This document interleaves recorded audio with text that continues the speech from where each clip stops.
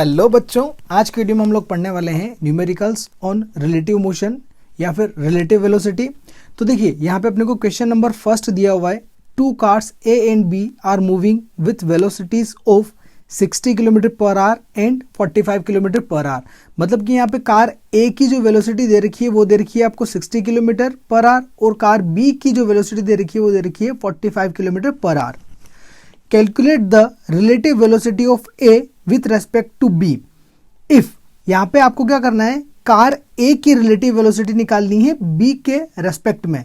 और इसने क्या कंडीशन दे रखी है, दो कंडीशन है अपने पास में, मतलब कि दो क्वेश्चन है इसके अंदर।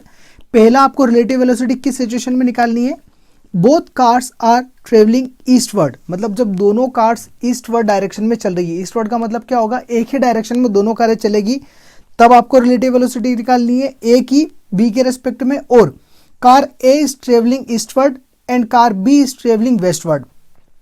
और सेकंड कंडीशन क्या दे रखी है कि कार ए जो है वो ईस्टवर्ड में चल रही है और कार बी जो है वो वेस्टवर्ड में चल रही है। तो देखिए इस क्वेश्चन को सॉल्व करने के लिए सबसे पहले अपने को क्या करना पड़ेगा, डायरेक्शन बनाना पड़ेगा। तो जैसे कि अपने को पता है कि डायरेक्शन किस तरीके से होता है, यहाँ पे अगर हम इसको एज अ ग्राफ प्लॉट कर दे डायरेक्शन को, तो यहाँ पे हम लोग क्या लिख सकते हैं, यहाँ पे होता है अपने पास में ईस्ट, यहाँ पे होता है वेस्ट, यहाँ पे होता है ऊपर नॉर्थ और यहाँ पे होता है अपने पास में साउथ। इस तरीके से हम लोग डायरेक्शन मेंशन करते हैं। अब अगर हम लोग इसका पहला वाला केस लेके चलें कि both cars are travelling eastward, अगर ईस्टवर्ड में दोनों कारें चल रही है, मतलब कि कार ए भी इधर चल रही है और कार बी भी इधर चल रही है। ये हो गया ए के लिए, ये हो गया बी के लिए। तो कार ए की जो स्पीड है अपने पास में वो है 60 और कार बी की जो स्पीड है वो है अपने पास में 45। तो ये हम लोगों ने डायग्राम से समझ लिया कि इस तरीके से कंडीशन है। अब यहाँ पे हम लोग क्या करेंगे कि अगर कार ए की वेलोसिटी निकालें बी के रेस्पेक्ट में, तो हम इसको इस तरीके से लिखते हैं, V A B equal to क्या हो जाएगा, V A minus V B. V A की वेलोसिटी कितनी है, 60 दे रखी है अपने को, और वी बी की वेलोसिटी कितनी है अपने पास में 45। तो ये कितना हो जाएगा, 60 माइनस 45 विच इज 15, यानी कि यहाँ आ जाएगा 15 किलोमीटर पर आवर, क्योंकि यूनिट जो अपने को दे रखी है वो किलोमीटर पर आवर में दे रखी है। तो ये तो हो गया अपना फर्स्ट केस जो कि काफ़ी सिंपल था।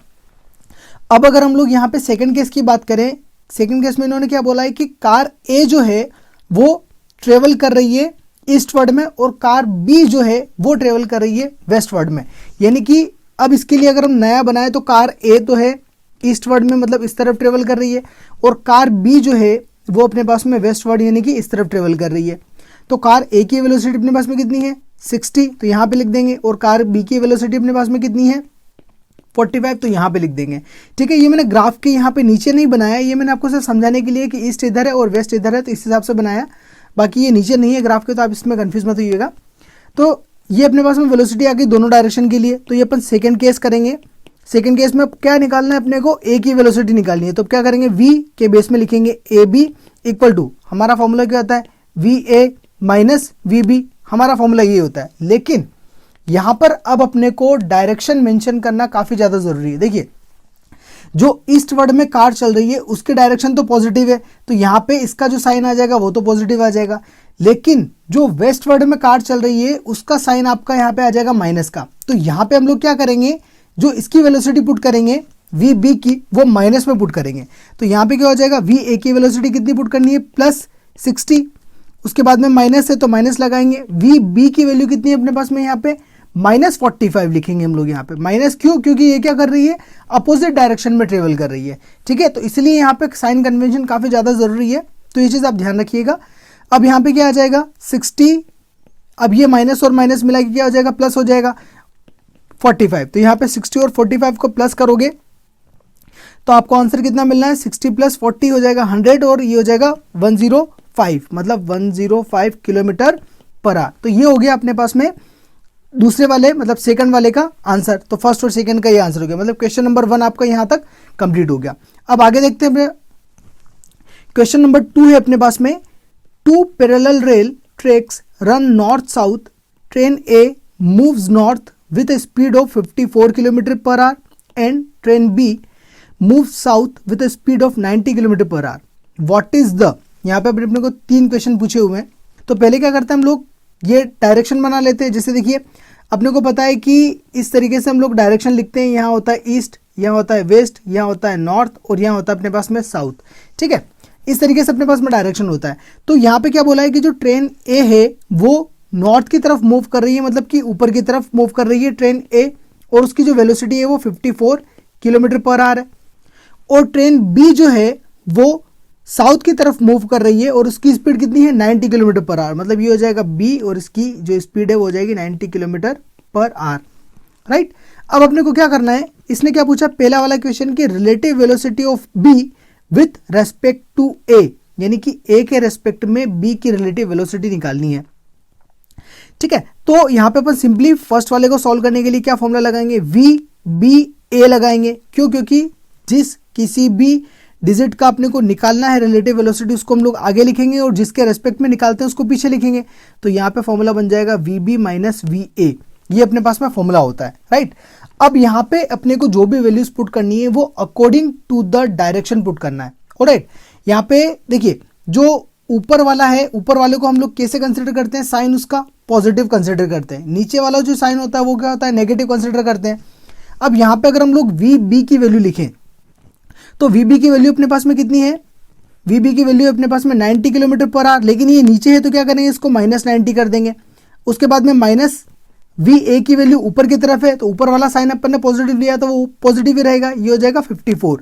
तो माइनस 90 और माइनस 54 दोनों मिला के कितना हो जाएगा, 90 प्लस 54 अगर आप करोगे तो ये हो जाएगा 4 और 9 के साथ में ये प्लस करोगे तो ये हो जाएगा 144, मतलब 144 किलोमीटर पर आवर, वो भी माइनस का साइन आएगा क्योंकि जब दोनों नंबर माइनस के तो ये भी माइनस का आएगा।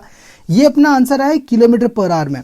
अगर आप इसको किलोमीटर पर आवर से मीटर पर सेकंड में कन्वर्ट करना चाहते हो तो अपन क्या करेंगे, माइनस 144 का मल्टीप्लाई कर देंगे 5/18 से।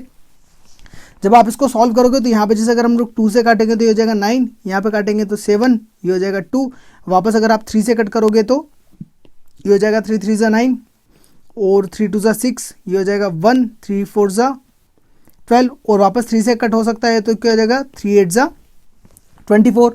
अब 8 और 5 का मल्टीप्लाई कर दोगे तो क्या आंसर आ जाएगा, ये 40 और आगे साइन माइनस का था तो माइनस लगा रहेगा, ये हो जाएगा मीटर पर सेकेंड, ठीक है। मतलब कि वी बी ए आपका आ गया -40 मीटर पर सेकेंड, राइट। ये हो गया पहले वाले का सॉल्यूशन।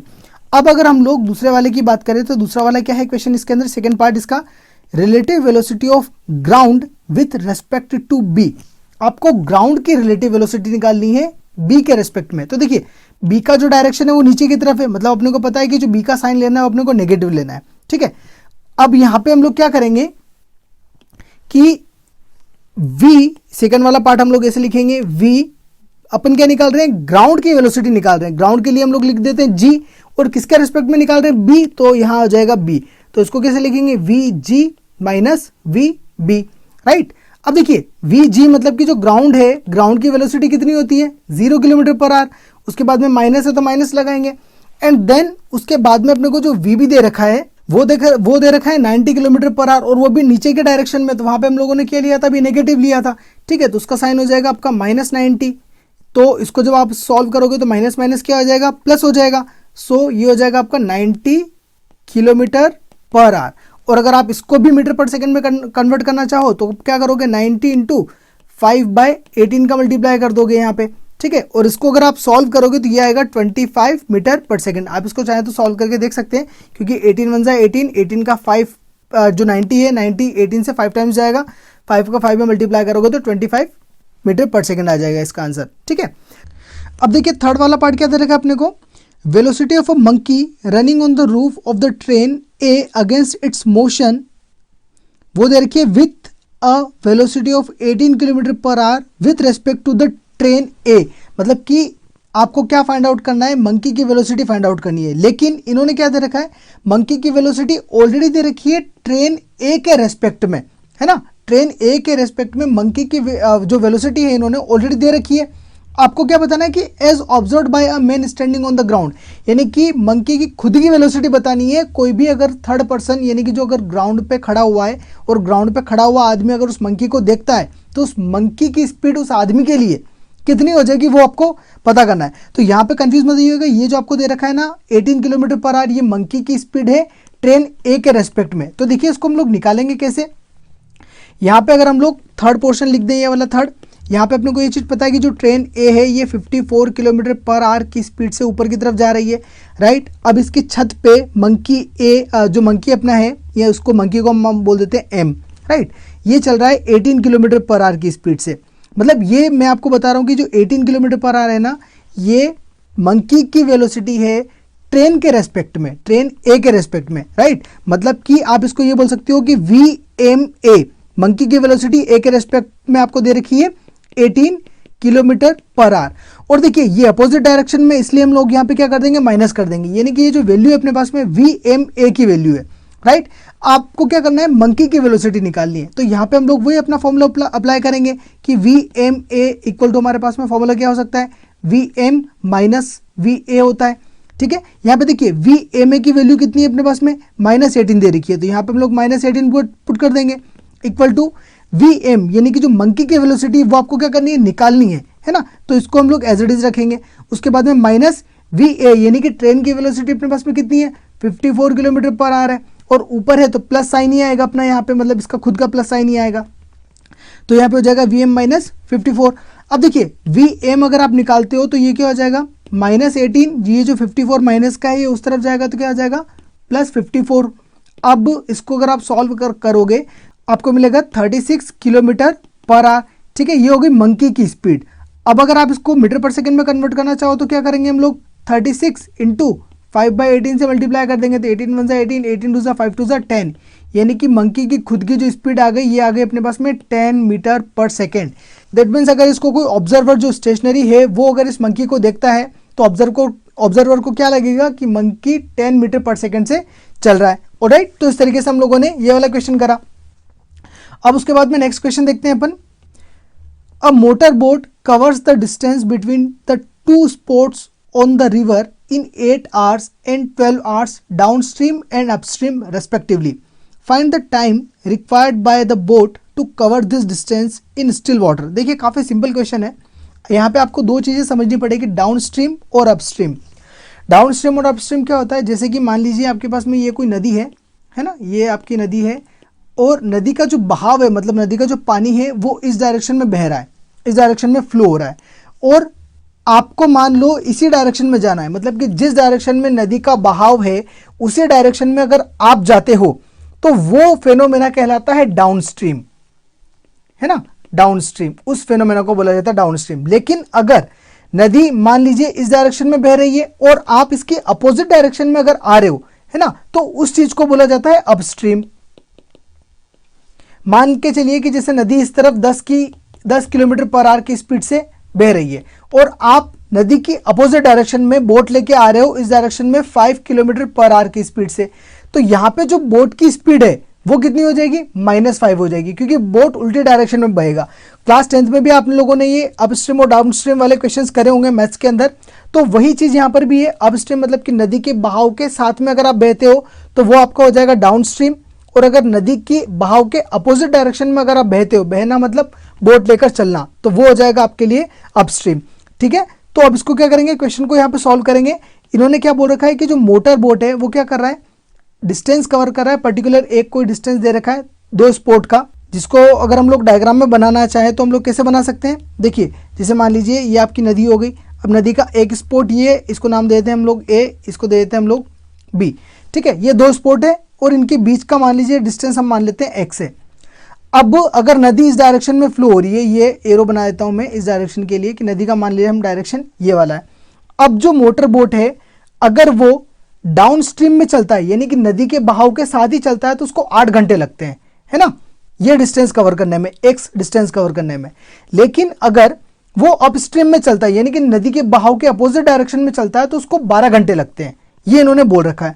आपको क्या करना है कि टाइम निकालना है स्टिल वाटर में, यानी कि अगर हम ये मान लें कि पानी का बहाव है ही नहीं, नदी नहीं बह रही है, तो उस कंडीशन में बोट का जो टाइम है वो क्या रहेगा उस डिस्टेंस को कवर करने के लिए। यहां पे हम लोग क्या करेंगे, जो बोट की स्पीड है स्टिल वाटर के अंदर उसको मान लेते हैं u, यानी कि ये हो गया अपने पास में क्या हो गया, बोट स्पीड हो गई इन स्टिल वाटर में, ठीक है। और v मान लेते हैं हम लोग रिवर की स्पीड है, क्योंकि रिवर भी जो नदी है, नदी भी क्या कर रही है, बह रही है, तो रिवर की स्पीड है। अब यहाँ पे अगर हम लोग अकॉर्डिंग टू द कंडीशन बात करें तो देखिए अपने पास में अपने को पता है कि एक फॉर्मूला होता है, speed is equal to distance upon time, right. जब अगर हमारे पास में जो बोट है ये डाउन स्ट्रीम में जाता है, डाउन स्ट्रीम मतलब कि बोट की वेलोसिटी और जो नदी की वेलोसिटी है वो दोनों क्या हो जाएगी, प्लस हो जाएगी, मतलब कि स्पीड क्या हो जाएगी, u plus V equal to, ये हो गई अपने पास में speed, right, equal to formula क्या होता है, डिस्टेंस अपॉन टाइम। तो देखिए इन दोनों के बीच का, इन दोनों स्पोर्ट्स के बीच का डिस्टेंस कितना माना हम लोगों ने, x माना। तो डिस्टेंस अपॉन टाइम, टाइम कितना लग रहा है इस ड्यूरेशन में अपने पास में, क्वेश्चन में इन्होंने क्या दे रखा है कि जब ऑब्जेक्ट हमारा यानी कि जो हमारा बोट है वो अगर डाउन स्ट्रीम में जाता है तो डाउन स्ट्रीम में जाने में उसको 8 घंटे लगते हैं, 8 आवर्स वो लेता है। तो यहाँ पे हम लोग क्या कर देंगे, 8 कर देंगे। उसके बाद में जो सेकंड कंडीशन दे रखी है वो इन्होंने ये दे रखी है कि अगर अप स्ट्रीम में चलता है, अप स्ट्रीम मतलब कि यहाँ पे क्या करेंगे, u माइनस वी हो जाएगा, u माइनस वी क्यों, क्योंकि देखिए अगर मान लीजिए पानी इस डायरेक्शन में फ्लो हो रहा है तो आप इस डायरेक्शन में आ रहे हो, तो यहाँ पे क्या हो जाएगा, u माइनस वी करेंगे।